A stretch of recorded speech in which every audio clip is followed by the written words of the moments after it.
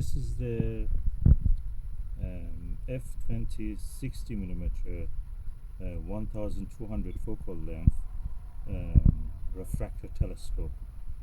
Is equal to RS61-D, famous refractor. It's a very long refractor with a focal ratio of 20 f-20. That makes it planetary, really planet-killer telescope in a sense. The lens has these spacers originals. Outside is a bit dusty, so it needs to be cleaned. Probably has not been used for a long time. The external diameter of the tube is 7mm. I used the tube rings and the dovetail mount for the Skywatcher ED72 Apochromatic telescope with a adopted mouse pad, foamy one, and just it fits like that. As you can see, this is a serial number. And flash on. H.O.C. diameter 60mm f1200 6347 is a serial number.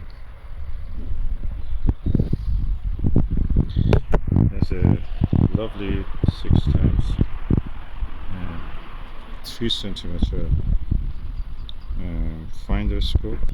Unlike many of the telescope of those time, it has a screw for holding the diagonal, and also I use this diagonal which has a screw also on it. Diagonal itself needs cleaning. I'm using this 40mm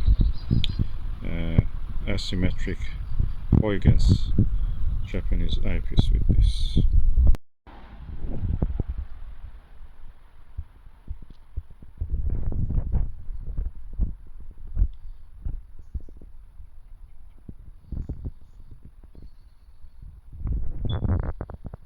Visually there is no chromatic aberration, but it just, when I'm looking at this, I just see very clear image. At the same time, I realize that many of the modern telescopes that we have, how nice they are compared to what was considered the best. Classic telescopes are like this. Wow, on the Jupiter it shines. You can see the two cloud belts and a little bit more details in the north and south. It's just tempting to go and bring more eyepieces. This is 15mm, so I have to bring another one probably.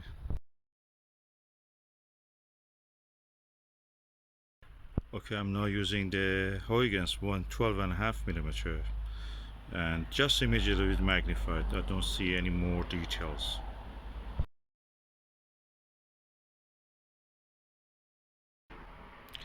Now I'm using a Bertele 6mm, which is equal almost to a Nagler in a way, but it's a Japanese style 0.96 inch. The image deteriorates, you don't see any more detail. Two bands, that's it. And I can say that the optimum in this condition at this time that I'm using with my eye for this refractor is 15mm on the Jupiter.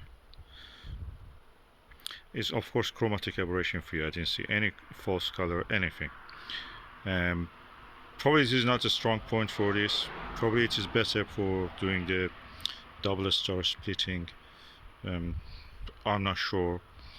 The thing is that classic telescopes are what they are, classic. Modern telescopes, even the weakest of them, are really superior to in many ways to them. And I think that the many hype and many talk about the classic telescope is really good, no matter what they are.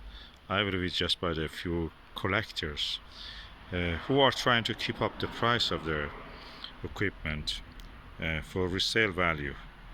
I don't see any other merit to a modern telescope made in China over something like these classic telescopes. They had their time, they were good for a time, maybe people have good memories of them, and childhood memories especially, but now the days are past. We have better equipment. I will try these telescopes next time with the modern eyepieces just to see what difference they make, the modern eyepieces like Plusle and other things. I have to use adapter. I will try it on display sky objects also just to see how it is. Maybe it gets better.